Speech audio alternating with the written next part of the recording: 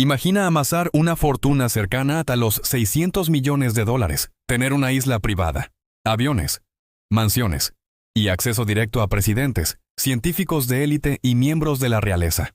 Ahora, imagina lograr todo eso sin terminar la universidad, sin un título formal en finanzas y sin que exista un negocio claro a tu nombre que explique semejante riqueza.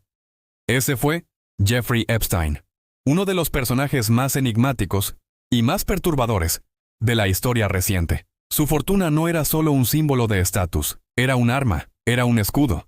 Y, según investigaciones oficiales y periodísticas, fue una de las bases que sostuvieron una red de abusos que operó en las sombras durante décadas.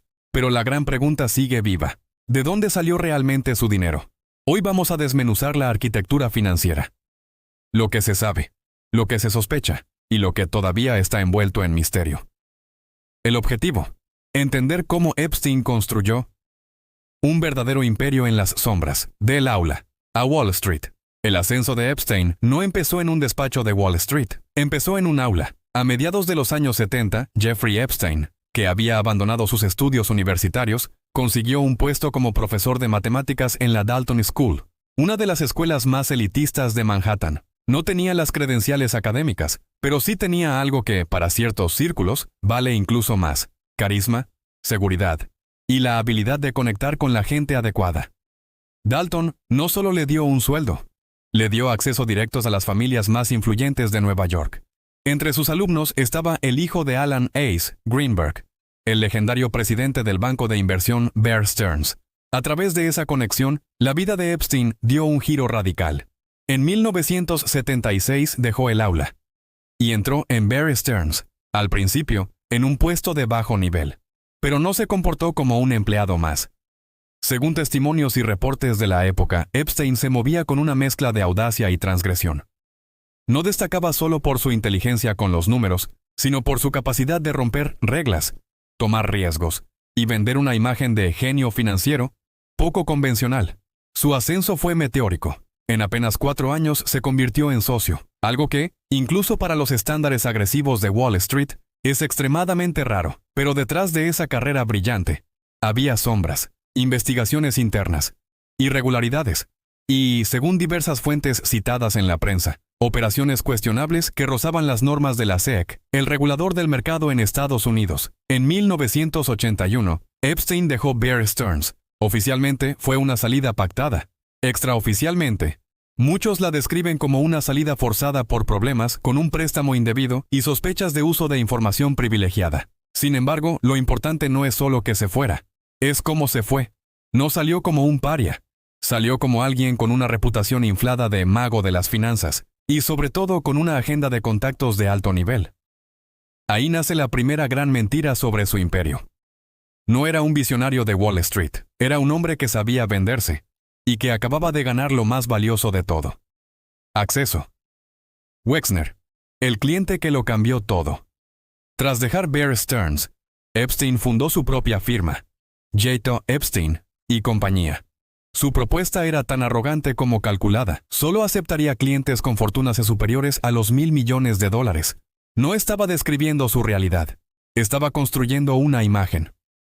En la práctica, las investigaciones señalan que su imperio no se levantó con docenas de clientes multimillonarios, sino principalmente con uno: Leslie Wexner.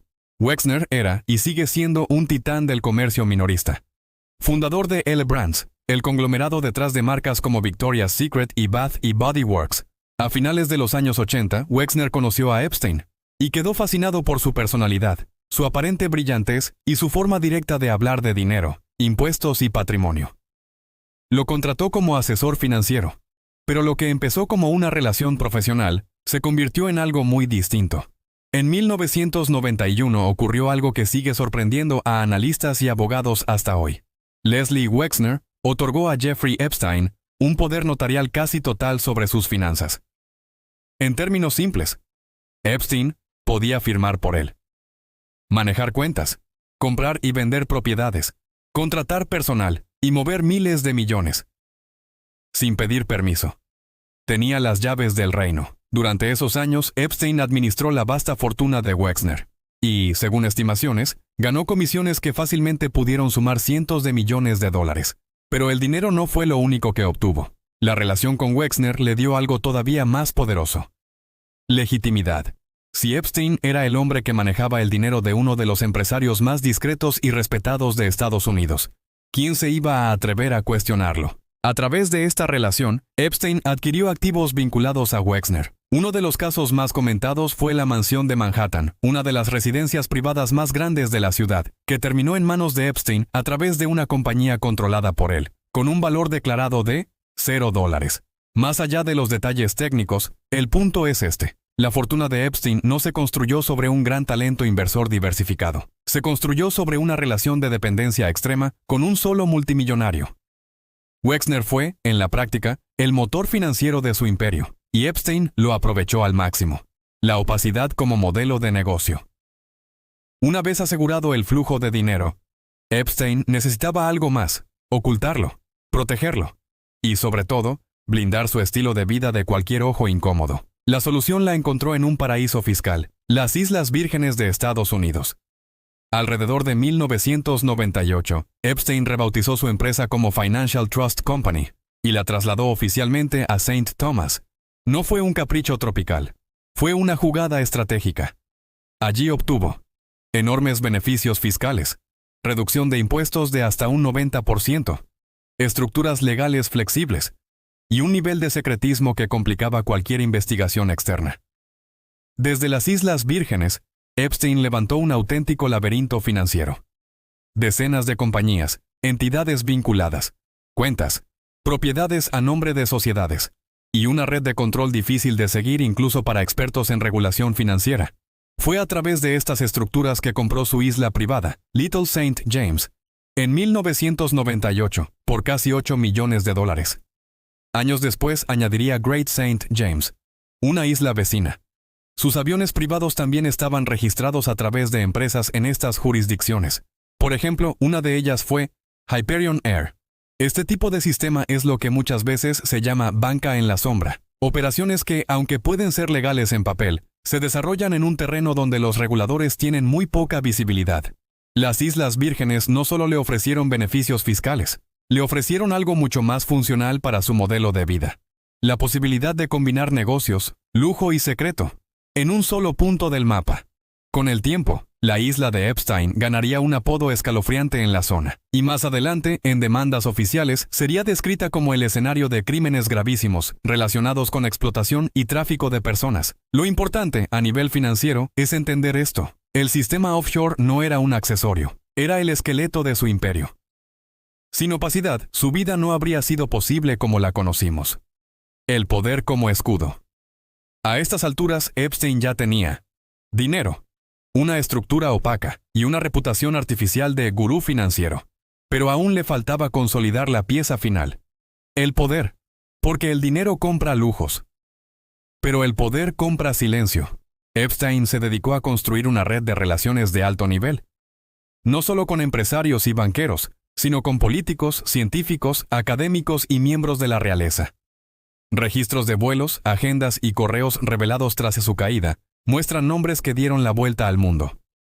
Expresidentes, príncipes, magnates tecnológicos, inversionistas billonarios, líderes de opinión internacional. Su avión privado, apodado por los medios como el Lolita Express, se convirtió en símbolo de esas conexiones. Organizaba cenas en Nueva York, reuniones en su mansión de Manhattan, estancias en su isla del Caribe, y visitas a otras de sus propiedades en Europa y Estados Unidos. Paralelamente, según múltiples demandas y testimonios, operaba una red de abuso y explotación que se mantuvo activa durante años. En 2008, Epstein fue condenado en Florida por delitos sexuales. La sentencia fue extremadamente indulgente, y el acuerdo judicial, conocido como un Non-Prosecution Agreement, fue tan polémico que años más tarde sería revisado públicamente. Lo más impactante es que, incluso después de esa condena, siguió reuniéndose con figuras influyentes. Epstein había creado algo más que una red social. Había construido un sistema de protección mutua.